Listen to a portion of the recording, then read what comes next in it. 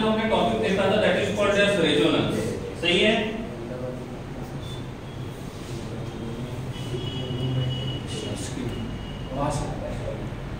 Stop करो।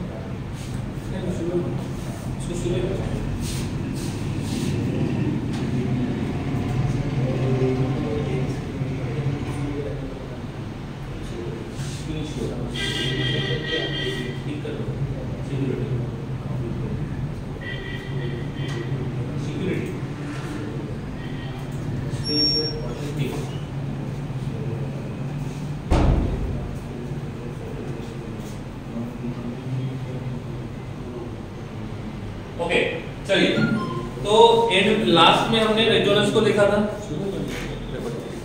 ठीक है। रेजोनेंस के एंड में मैंने आपको बताया था स्टेबिलिटी कैसे चेक करेंगे, एंड में मैंने बताया था स्टेबिलिटी को चेक कैसे करेंगे, ठीक है। उसके कुछ एग्जांपल्स देख लेते हैं, क्योंकि मैंने आपको पॉइंट्स तो बोल दिए जहां से ये पता लगा सकते हैं कि कौन सा मॉलिक्यूल स्टेबल रहेगा और कौन सा मॉलिक्यूल अनस्टेबल रहेगा, ठीक है। अभी हम देखेंगे एग्जांपल के साथ। मैं आपको बोलता हूं यहाँ पे स्ट्रक्चर ड्रॉ किया, CH2 double bond CH attach to CH double bond CH2, ठीक है। अब मैं आपको पूछता हूं इसके पास टोटल सिग्मा बॉन्ड्स कितने हैं और पाई बॉन्ड्स कितने हैं, इसके पास टोटल सिग्मा बॉन्ड्स कितने हैं और पाई बॉन्ड्स कितने हैं। Can you tell me number of sigma bonds and number of pi bonds, you can write in chat.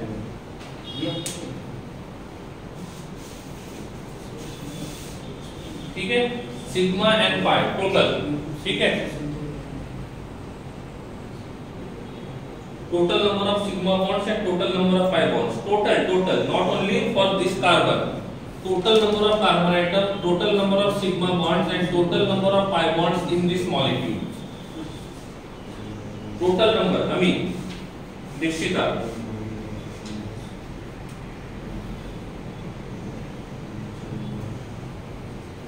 if you draw the complete structure it will look like this one, carbon carbon double bond, single bond, this is double bond, this carbon having two hydrogens, this carbon having one hydrogen, this carbon having one hydrogen and this carbon having two hydrogen.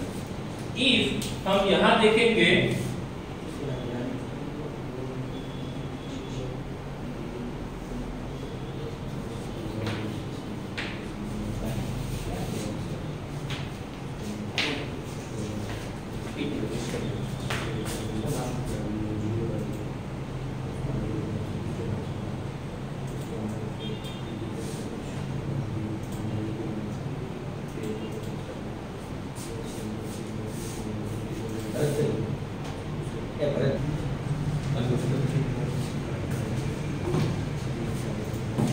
Okay, last time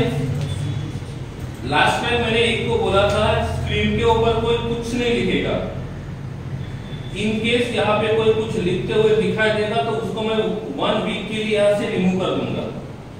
जितना लिख रहा है आप अपने copy में लिखो।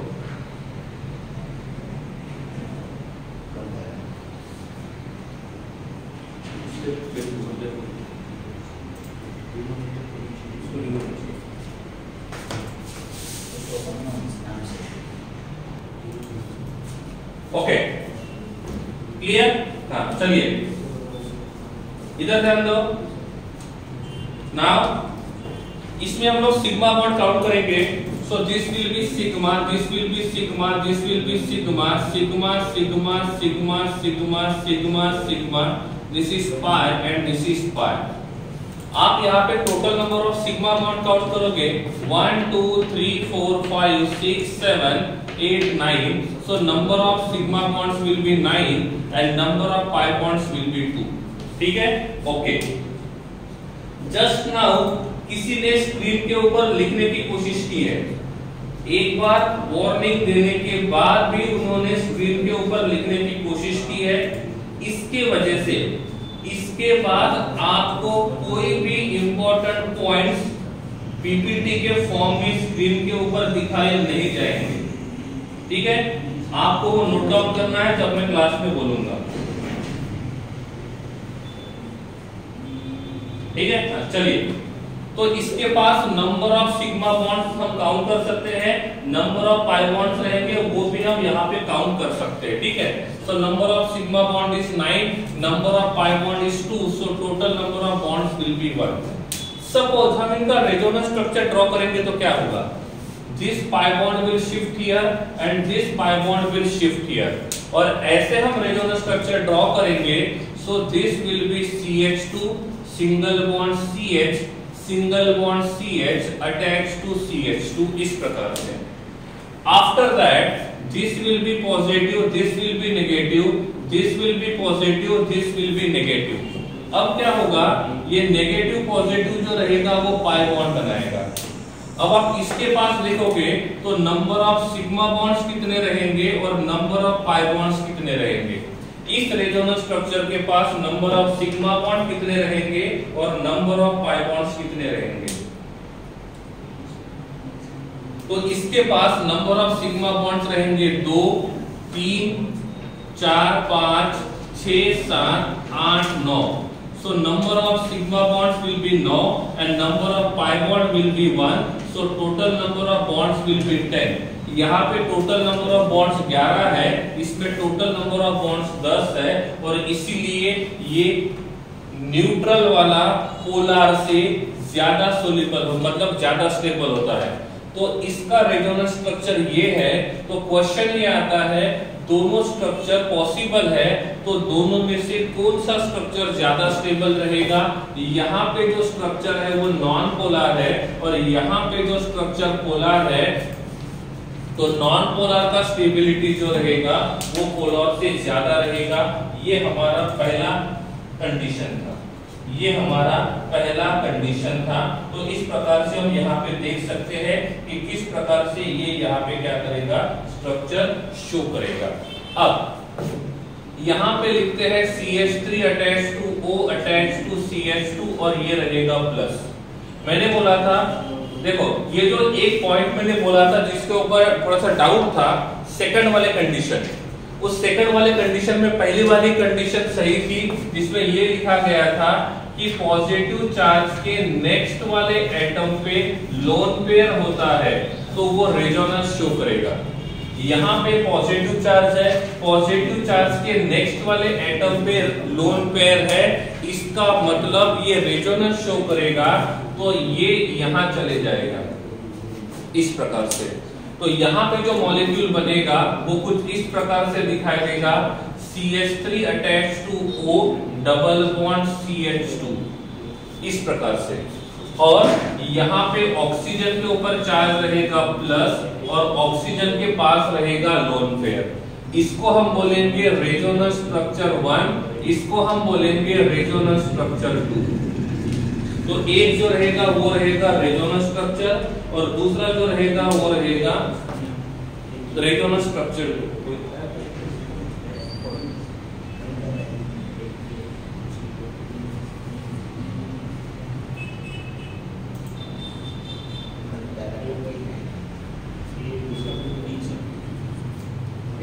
Okay, ठीक है। इसमें से पहला वाला नॉन पोलर ज्यादा more stable compare to second one, ठीक है। इसमें देखोगे तो ये रेजोनेंस स्ट्रक्चर 1 है और ये रेजोनेंस स्ट्रक्चर 2 है। क्या लगता है दोनों में से ज्यादा स्टेबल कौन सा होगा? इन दोनों में से ज्यादा स्टेबल कौन सा होगा?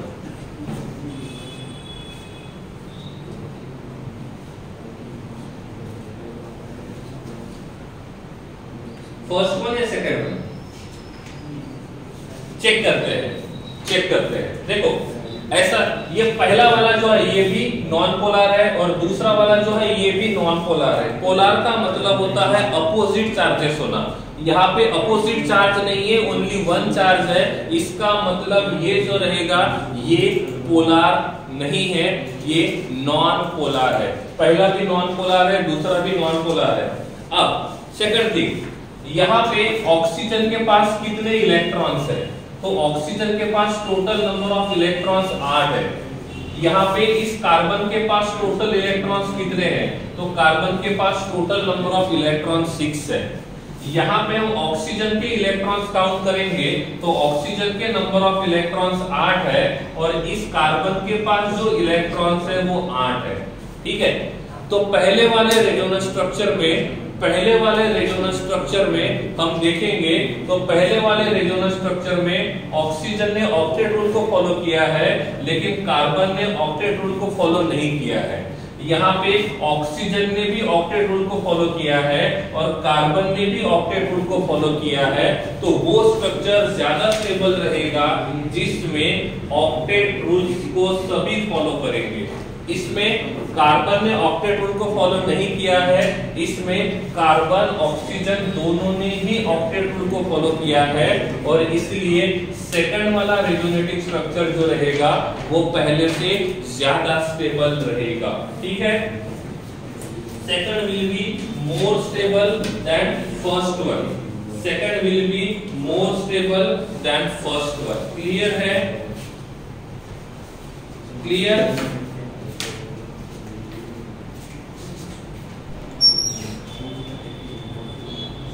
Okay. Now, I am writing next one. CH2 double bond CH attached to CH, double bond CH attached to CH2. ठीक है? या तो CH डबल बॉन्ड CH2। ठीक है, इसका रेजोनेंस स्ट्रक्चर ड्रॉ करना है, इसका रेजोनेंस स्ट्रक्चर ड्रॉ करना है। ऑल देखो, जिस स्ट्रक्चर में मैक्सिमम एटम ऑक्टेट रूल को फॉलो करेंगे वो ज्यादा स्टेबल रहेगा। दिया, जिस स्ट्रक्चर में मैक्सिमम एटम्स ऑक्टेट रूल को फॉलो करेंगे वो ज्यादा स्टेबल रहेगा, और जिसमें मिनिमम फॉलो करेंगे वो कम स्टेबल रहेगा। ओके, इसका रेजोनेंस स्ट्रक्चर क्या पॉसिबल है? इसका रेजोनेंस स्ट्रक्चर क्या पॉसिबल है? ये है रेजोनेंस स्ट्रक्चर 1। इसका रेजोनेंस स्ट्रक्चर 2 क्या होगा? इसका रेजोनेंस स्ट्रक्चर 2 होगा CH2 attached to CH, double bond CH attached to CH, attached to CH, double bond CH2। कैसे, वो अब नहीं बताऊंगा, क्योंकि हमने फर्स्ट हाफ में देख लिया है कि इनका स्ट्रक्चर जो रहेगा वो कैसे रहेगा। ये है हमारा resonance structure 2। So this is resonance structure 2। Third resonance structure की बात करते हैं, तो third structure will be like this one, CH2 attached to CH, double bond CH, attached to CH, double bond CH, attached to CH2। अब जो left वाला carbon है उसके ऊपर पॉजिटिव है, और जो राइट वाला कार्बन है उसके ऊपर नेगेटिव है, and this is resonance structure 3। अब मैं आपको पूछता हूँ, रेजोनेंस स्ट्रक्चर 1, रेजोनेंस स्ट्रक्चर 2 और रेजोनेंस स्ट्रक्चर 3, कौन सा स्ट्रक्चर सबसे ज्यादा स्टेबल होगा? तीनों में से कौन सा रेजोनेटिंग स्ट्रक्चर जो रहेगा वो ज्यादा स्टेबल होगा?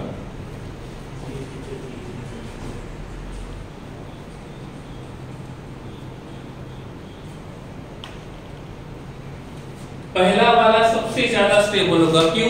क्योंकि पहला वाला नॉन पोलर है और बाकी के पोलर है, तो पहला वाला सबसे ज्यादा स्टेबल होगा, और ये दोनों जो रहेंगे वो अनस्टेबल रहेंगे, क्योंकि पोलर का स्टेबिलिटी ज्यादा होता है, सॉरी नॉन पोलर का स्टेबिलिटी ज्यादा होता है और पोलर का स्टेबिलिटी कम होता है। अब मैंने आपको पूछा, रेजोनेटिंग स्ट्रक्चर 2 और रेजोनेटिंग स्ट्रक्चर 3 में से ज्यादा स्टेबल कौन होगा? रेजोनेटिंग स्ट्रक्चर 2 और रेजोनेटिंग स्ट्रक्चर 3 में से ज्यादा स्टेबल कौन सा होगा? ज्यादा स्टेबल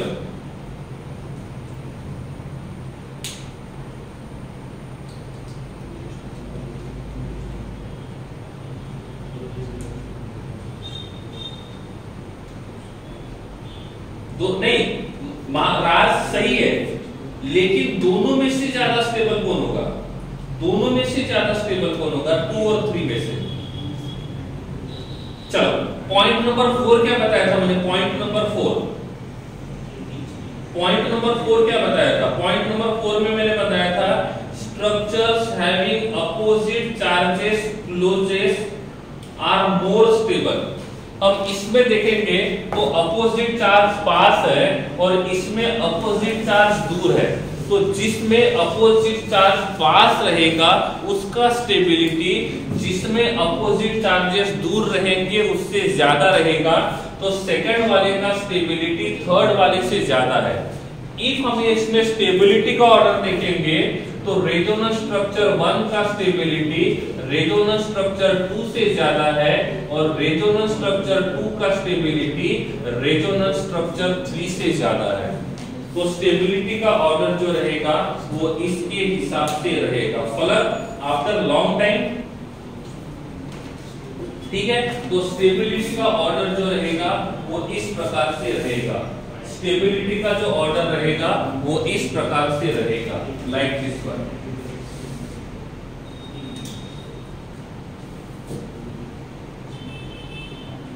ठीक है, क्लियर? ओके, यस और नो?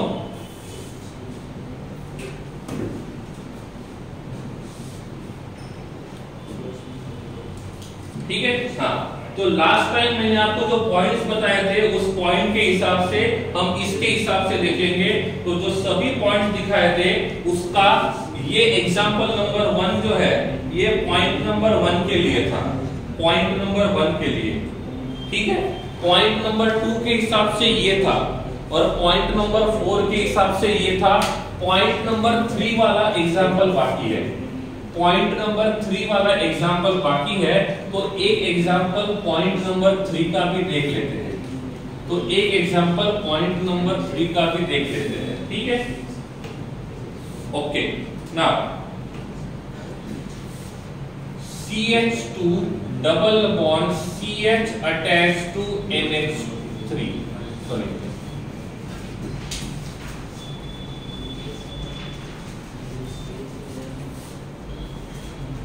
NH2, इसका रेजोनेंस स्ट्रक्चर ड्रॉ करो। दिस इज रेजोनेंस स्ट्रक्चर 1, इसका रेजोनेंस स्ट्रक्चर 2 ड्रॉ करो और ड्रॉ होने के बाद हैंड रेस कर देना है। ड्रॉ होने के बाद हैंड रेस कर देना है।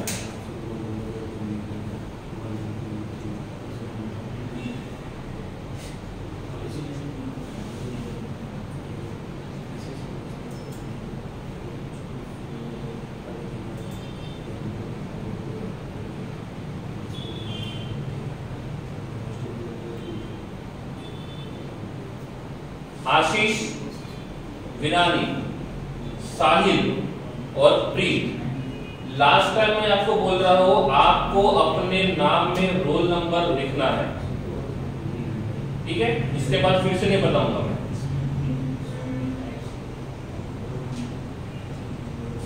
Okay, clear? हाँ, चलिए इसका जो रेजोनेटिंग स्ट्रक्चर रहेगा, इसका जो रेजोनेटिंग स्ट्रक्चर रहेगा वो इस प्रकार से होगा। यहाँ का जो लोन पेयर है वो यहाँ चला जाएगा और पाई बॉन्ड यहाँ रहेगा। ठीक है, तो this should be CH2 attached to CH double bond NH2. Here will be positive charge and here will be negative charge. This is resonance structure 2. अब आप मुझे बताइए रेजोनेंस स्ट्रक्चर 2 और रेजोनेंस स्ट्रक्चर 1 में से कौन सा रेजोनेटिंग स्ट्रक्चर जो रहेगा वो ज्यादा स्टेबल रहेगा? इन दोनों में से कौन सा रेजोनेटिंग स्ट्रक्चर जो रहेगा वो ज्यादा स्टेबल रहेगा? क्या लगता है? First one, second one? यहाँ पे नाइट्रोजन का इलेक्ट्रोनेगेटिविटी ज्यादा है, लेकिन यहाँ पे नेगेटिव चार्ज जो है वो मोर इलेक्ट्रोनेगेटिव के ऊपर नहीं है, वो लेस इलेक्ट्रोनेगेटिव के ऊपर है। और नेगेटिव चार्ज को हम पेयर ऑफ इलेक्ट्रॉन कंसीडर करते हैं। इसमें pair of electron more electronegative के पास है, इसमें pair of electron less electronegative के पास है। तो 1 का स्टेबिलिटी ज्यादा रहेगा और 2 का स्टेबिलिटी कम रहेगा। 1 का स्टेबिलिटी ज्यादा रहेगा और 2 का स्टेबिलिटी कम रहेगा। इस प्रकार से मैंने दोनों सभी रूल्स को बता दिया यहाँ पे। ठीक है, साहिल, आंचल और आशीष गिरानी एंड अरकान, बाकी लोगों में नाम किस हिसाब से लिखा है एक बार देख लो और उसके हिसाब से रीनेम कर दो।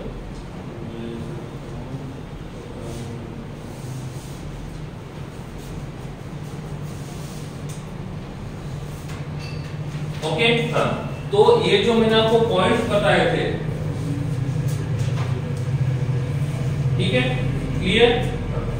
तो जो 4 पॉइंट मैंने आपको बताए थे उनके एक एक एग्जांपल मैंने यहाँ पे आपको बता दिया है, ठीक है।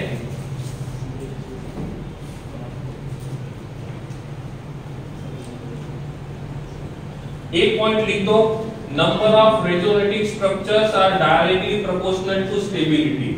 एक पॉइंट लिख दो टॉप मार्जिन पे, number of resonating structures are directly proportional to stability.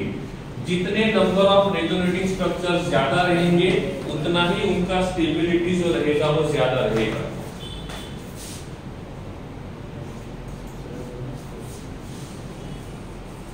Okay चलिए, सो यहाँ पे हम रेजोनेंस टॉपिक को खत्म करते हैं। तो यहाँ पे हम रेजोनेंस टॉपिक को खत्म करते हैं। यहाँ से एक नया टॉपिक शुरू करते हैं जिस टॉपिक का नाम है हाइपर कॉन्जुगेशन। जिस टॉपिक का नाम है हाइपर कॉन्जुगेशन, ठीक है। अब ये जो हाइपर कॉन्जुगेशन है क्या होता है, सबसे पहले देखना पड़ेगा हाइपर कॉन्जुगेशन का मतलब क्या होता है। हाइपर कॉन्जुगेशन क्या बोलेंगे, हाइपर कॉन्जुगेशन। हाइपर कॉन्जुगेशन क्या होता है ये पढ़ने के पहले हम देखेंगे कंडीशंस क्या है। पहली कंडीशन sp2 एटम होना चाहिए, ठीक है, sp2 एटम होना चाहिए। अब ऑर्गेनिक केमिस्ट्री पढ़ेंगे तो यही बोलेंगे कि कार्बन एटम होना चाहिए, ये पहली कंडीशन। कौन सी कंडीशन है, sp2 कार्बन एटम होना चाहिए। दूसरी कंडीशन अल्फा कार्बन एटम जो है, मतलब इस sp2 कार्बन के बाद वाला जो अल्फा कार्बन एटम रहेगा, इस अल्फा कार्बन एटम का हाइब्रिडाइजेशन sp3 होना चाहिए। क्या होना चाहिए, sp3 होना चाहिए। और उनके पास एट लीस्ट 1 अल्फा हाइड्रोजन होना चाहिए, ठीक है। तो ये कंडीशंस है कि वो हाइपर कॉन्जुगेशन शो करेगा कि नहीं करेगा, ठीक है। तो हाइपर कॉन्जुगेशन शो करेगा कि नहीं करेगा ये देखने के लिए हम इसके हिसाब से जा सकते हैं, ठीक है, कि हाइब्रिडाइजेशन क्या होना चाहिए, मतलब sp2 कार्बन होना चाहिए, अल्फा कार्बन का हाइब्रिडाइजेशन sp3 होना चाहिए और उसके पास अल्फा हाइड्रोजन्स होने चाहिए, ठीक है। पहली बात, पहला स्ट्रक्चर मैं यहाँ पे ड्रॉ करता हूँ, CH3 attached to CH2 attached to CH2+।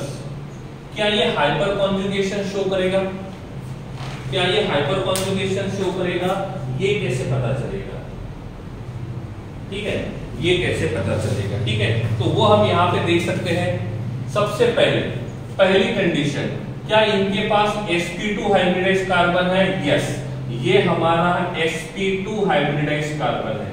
देखो कार्बन कटायन का हाइब्रिडाइजेशन sp2 होता है, कार्बन रेडिकल का हाइब्रिडाइजेशन sp2 होता है, कार्बन अनायन का हाइब्रिडाइजेशन sp3 होता है।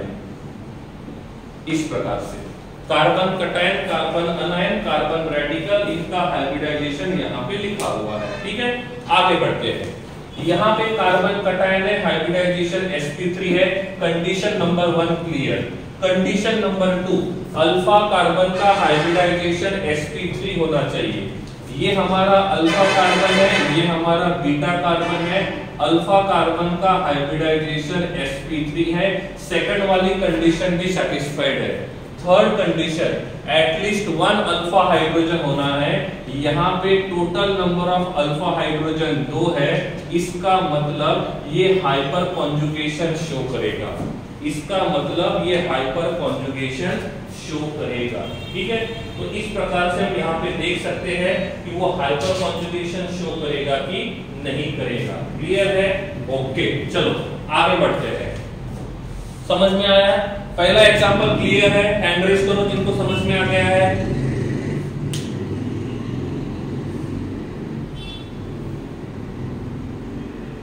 हम पॉइंट्स के हिसाब से ही जा रहे हैं, हम पॉइंट्स के हिसाब से ही जा रहे हैं, ठीक है। ओके चलिए नेक्स्ट वन। सेकंड यहां पे लिखता हूं CH3 अटैच टू CH2 -1। क्या ये हाइपर कॉन्जुगेशन शो करेगा? क्या ये हाइपर कॉन्जुगेशन शो करेगा? यस और नो?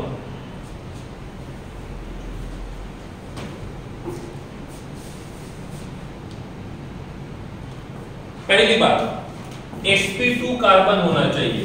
यहां पे जो है इसका हाइब्रिडाइजेशन sp3 है, पहली ही कंडीशन सेटिस्फाई नहीं कर रहा है, इसका मतलब यहां पे ये हाइपर कॉन्जुगेशन शो नहीं करेगा। Next thing, third one, I am writing CH3 attach to CH2 radical. क्या ये हाइपर कॉन्जुगेशन शो करेगा? क्या ये हाइपर कॉन्जुगेशन शो करेगा? यस और नो? नो, यस, आंसर दोनों आ रहे हैं। ओके, पहली कंडीशन, ये कार्बन रेडिकल है, कार्बन रेडिकल का हाइब्रिडाइजेशन होता है sp2। ओके, कंडीशन सही है, पहली कंडीशन सेटिस्फाई किया। दूसरी कंडीशन, अल्फा कार्बन का हाइब्रिडाइजेशन sp3 होना चाहिए और इस अल्फा कार्बन का हाइब्रिडाइजेशन sp3 है। सेकंड कंडीशन को भी यहां पे सेटिस्फाई किया है, सेकंड कंडीशन को भी यहां पे सेटिस्फाई किया है, ठीक है, इस प्रकार से। तो सेकंड वाले कंडीशन को हमने यहां पे सेटिस्फाई कर लिया है। अब देखो थर्ड कंडीशन क्या कहता है? At least one alpha hydrogen will be there. तो इनके पास एटलीस्ट वन अल्फा हाइड्रोजन होना चाहिए। क्या इनके पास अल्फा हाइड्रोजन है? यस, इसके पास अल्फा हाइड्रोजन है। इसका मतलब ये हाइपर कॉन्जुगेशन शो करेगा, इसका मतलब ये हाइपर कॉन्जुगेशन शो करेगा। क्लियर है? यस और नो? हैंड रेज करो एस वाले।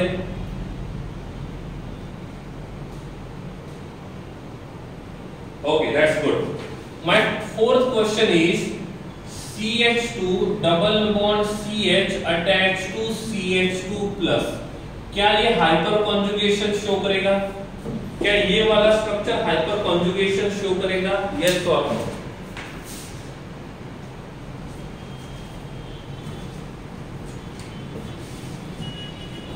पहली कंडीशन, sp2 हाइब्रिडाइज कार्बन होना चाहिए और इनके पास ये sp2 हाइब्रिडाइज कार्बन है। This is alpha and this is beta. Alpha का हाइब्रिडाइजेशन sp2 है, ऐसा नहीं होना चाहिए। अल्फा कार्बन का हाइब्रिडाइजेशन sp3 होना चाहिए। अंकिता, अमी, ये हाइपर कॉन्जुगेशन शो नहीं करेगा क्योंकि पहली कंडीशन सेटिस्फाई करता है लेकिन दूसरी वाली कंडीशन सेटिस्फाई नहीं हो रही है और इसीलिए ये हाइपर कॉन्जुगेशन शो नहीं करेगा। क्लियर है? यस और नो? अंकिता, अमी, क्लियर हो गया? ओके, चलिए नेक्स्ट थिंग, नंबर 5। यहां लिखा मैंने CH3 attach to CH3 attach to CH3 attach to CH2 plus. क्या ये हाइपर कॉन्जुगेशन शो करेगा?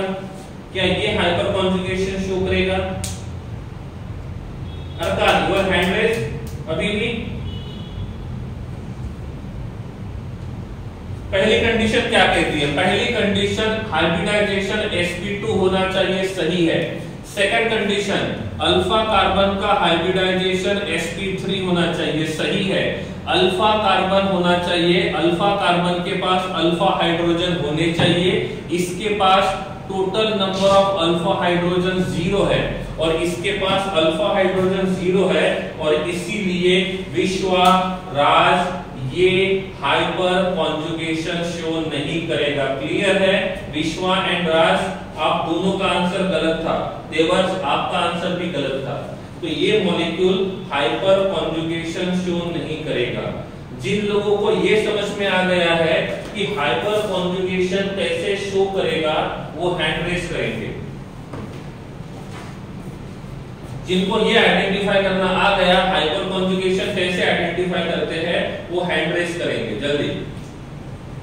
Okay, that's enough. ठीक है, तो यहां से हम देख सकते हैं कि हाइपर कॉन्जुगेशन कौन शो करेगा और हाइपर कॉन्जुगेशन कौन शो नहीं करेगा। That's it.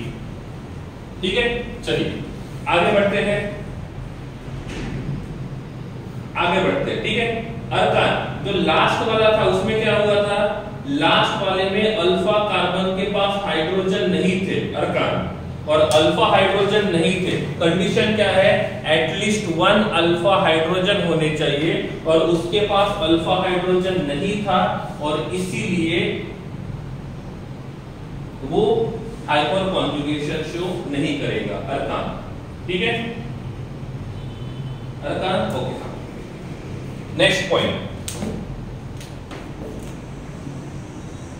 Stability is directly proportional to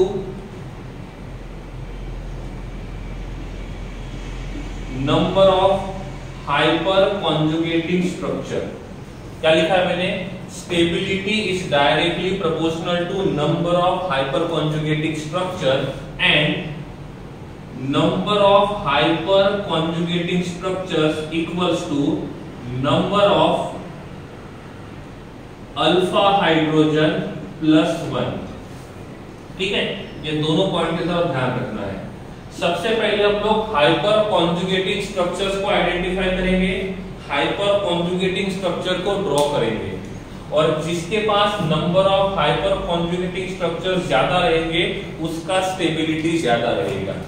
अब यहाँ पे देखो, यहाँ लिखा मैंने CH3 attach to CH2 attach to CH double bond CH2, और यहां लिखा मैंने CH3 attach to CH double bond CH attach to CH3। ठीक है, पहली बात, क्या ये पहला वाला मॉलिक्यूल हाइपर कॉन्जुगेशन शो करेगा? क्या पहला वाला मॉलिक्यूल हाइपर कॉन्जुगेशन शो करेगा? यस, पहला वाला मॉलिक्यूल जो रहेगा वो हाइपर कॉन्जुगेशन शो करेगा।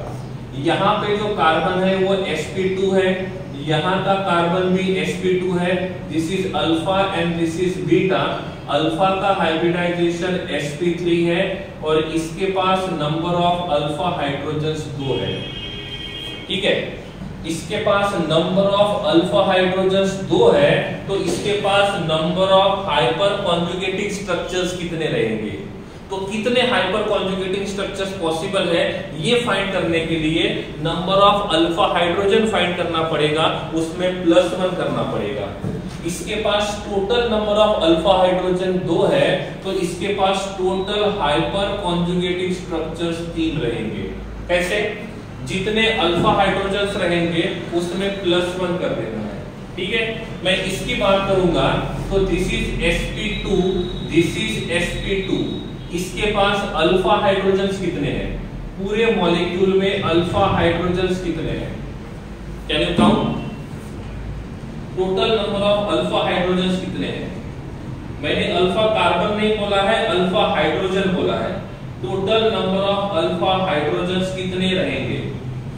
पहली बात, ये sp2 है, ये हमारा अल्फा है, ये भी हमारा अल्फा है। इस अल्फा का हाइब्रिडाइजेशन sp3 है, इस अल्फा का भी हाइब्रिडाइजेशन sp3 है। इसके पास अल्फा हाइड्रोजन 3 है, इसके पास अल्फा हाइड्रोजन 3 है। So total number of alpha hydrogens बन जाएंगे 6, और total number of alpha hydrogen 6 रहेंगे, तो हाइपर कॉन्जुगेटिंग स्ट्रक्चर्स रहेंगे 7। तो पहले वाले के हाइपर कॉन्जुगेटिंग स्ट्रक्चर 3 है और दूसरे के हाइपर कॉन्जुगेटिंग स्ट्रक्चर 7 है। Hyper conjugating structure 6 + 1 7। तो रूल कहता है जिसके पास number of hyper conjugating structures ज्यादा रहेंगे उसका स्टेबिलिटी ज्यादा रहेगा। तो पहले वाले मॉलिक्यूल और दूसरे वाले मॉलिक्यूल को कंपेयर करते हैं तो दूसरे मॉलिक्यूल का स्टेबिलिटी ज्यादा रहेगा। समझा है तो हैंड रेज करना है, नहीं तो चैट में नो लिखना है। समझा है तो यस लिखना है, नहीं समझा है तो चैट में नो लिखना है।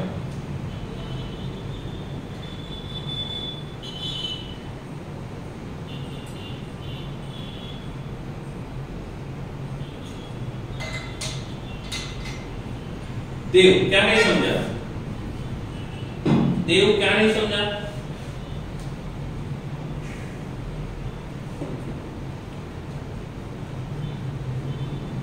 सेकंड वाला ओके ठीक है। देखो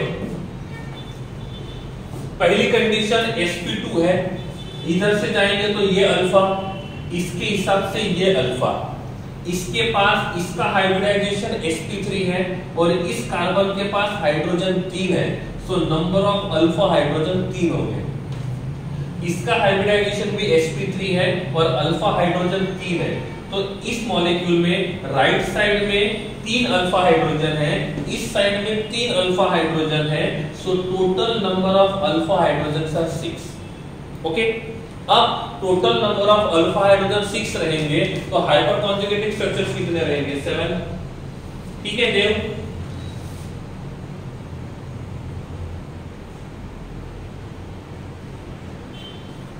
रूल है अल्फा तो अल्फा ही लेंगे क्योंकि अल्फा का एसिडिक कैरेक्टर ज्यादा होता है। सेकंड नंबर का स्टेबिलिटी मोर क्यों है?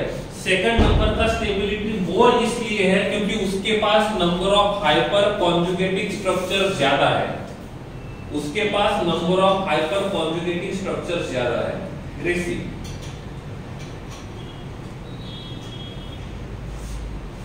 महावीर एक फॉर्मूला है, Mahavir it's the formula. Rishabh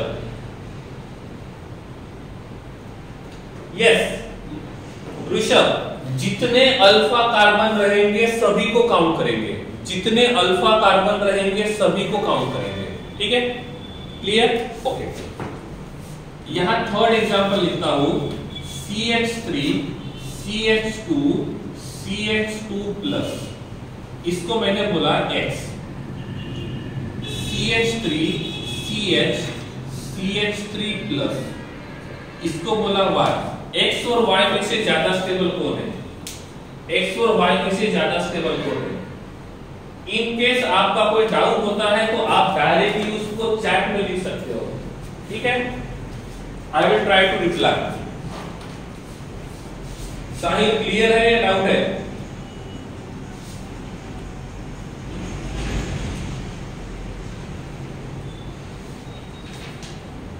इन दोनों में से ज्यादा स्टेबल कौन रहेगा, X या Y?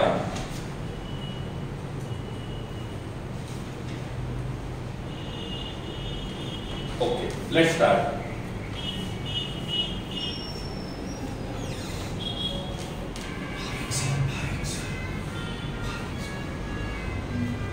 ठीक है, ओके, ये sp2 कार्बन है और ये अल्फा है और इसका हाइब्रिडाइजेशन sp3 है और इसके पास नंबर ऑफ अल्फा हाइड्रोजन्स 2 है, तो हाइपर कॉन्जुगेटिंग स्ट्रक्चर्स 3 रहेंगे। ठीक है, ओके है? फलक एक बार आंसर आया, अभी आंसर नहीं आ रहा है। ठीक है, ये हमारा sp2 कार्बन है, this is alpha carbon, this is alpha carbon, this is alpha 1, this is alpha 2। Alpha 1 का हाइब्रिडाइजेशन sp3 है, अल्फा 2 का भी हाइब्रिडाइजेशन sp3 है। अल्फा 1 के पास नंबर ऑफ अल्फा हाइड्रोजन 3 है, अल्फा 2 के पास नंबर ऑफ अल्फा हाइड्रोजन 3 है, total number of alpha hydrogen 6 है।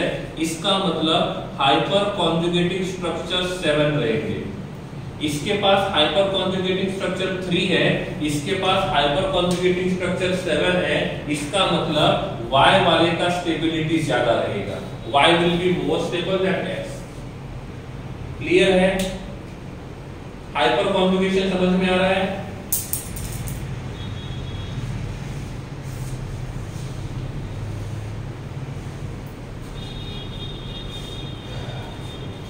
It is necessary that hyperconjugative structures only possible when structure is in resonance? No, जरूरी नहीं है अर्थात रेजोनेंस में होना जरूरी नहीं है। ये दोनों के दोनों मॉलिक्यूल रेजोनेंस शो नहीं कर रहे, ये दोनों के दोनों मॉलिक्यूल रेजोनेंस शो नहीं कर रहे, ये हाइपर कॉन्जुगेशन शो कर रहे हैं। अर्थात ये रेजोनेंस शो नहीं कर रहे, ये हाइपर कॉन्जुगेशन शो कर रहे हैं। ठीक है, next thing number 4,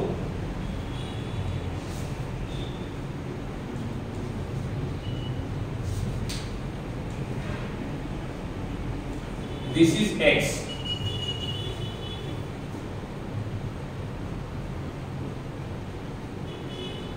and this is y, which will be more stable?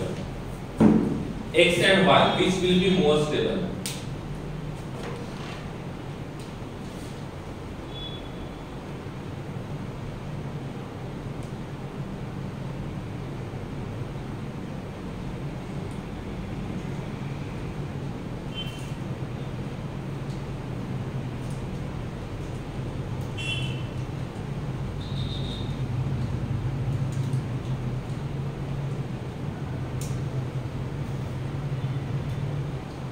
After completion, just raise your hand.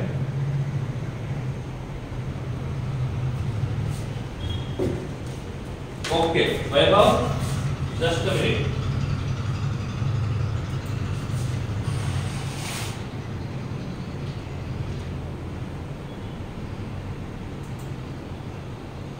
बोलिए वैभव। वैभव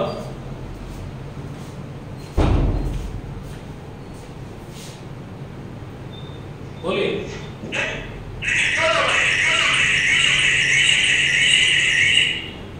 नेक्स्ट थिंग, दिस वन। क्या लगता है एक्स और वाई किसका स्टेबिलिटी ज्यादा होगा? कैसे पता चलेगा? इसका हाइब्रिडाइजेशन sp2 है, इसका हाइब्रिडाइजेशन sp2 है, यहाँ पे sp2 है, यहाँ पे sp2 है। ये अल्फा कार्बन है, ये अल्फा कार्बन है, ये अल्फा कार्बन है, ये अल्फा कार्बन और ये अल्फा। इसके पास 3 अल्फा हाइड्रोजन है, इसके पास 2 अल्फा हाइड्रोजन है, so total number of alpha hydrogen 5 रहेंगे। इसके पास 3 है, इसके पास 3 और इसके पास 3, सो total number of alpha hydrogen 9 है। तो इसके पास हाइपर कॉन्जुगेटिंग स्ट्रक्चर्स रहेंगे 6 और इसके पास हाइपर कॉन्जुगेटिंग स्ट्रक्चर्स रहेंगे 10। और जिसके पास हाइपर कॉन्जुगेटिंग स्ट्रक्चर ज्यादा होते हैं उसका स्टेबिलिटी जो रहेगा वो ज्यादा रहेगा। जिसको समझा है हैंड रेस कीजिए।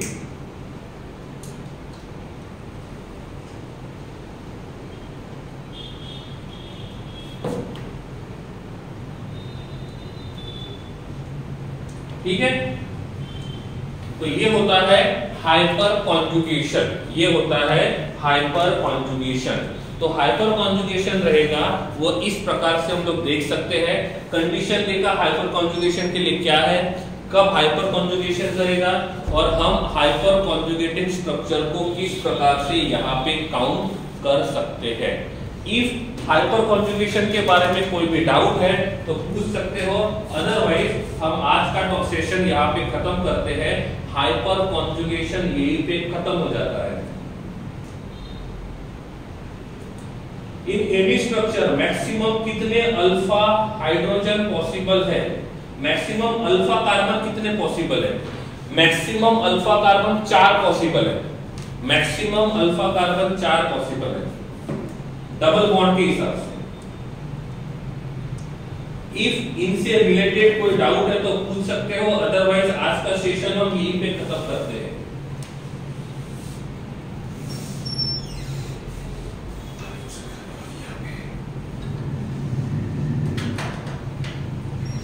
ठीक है,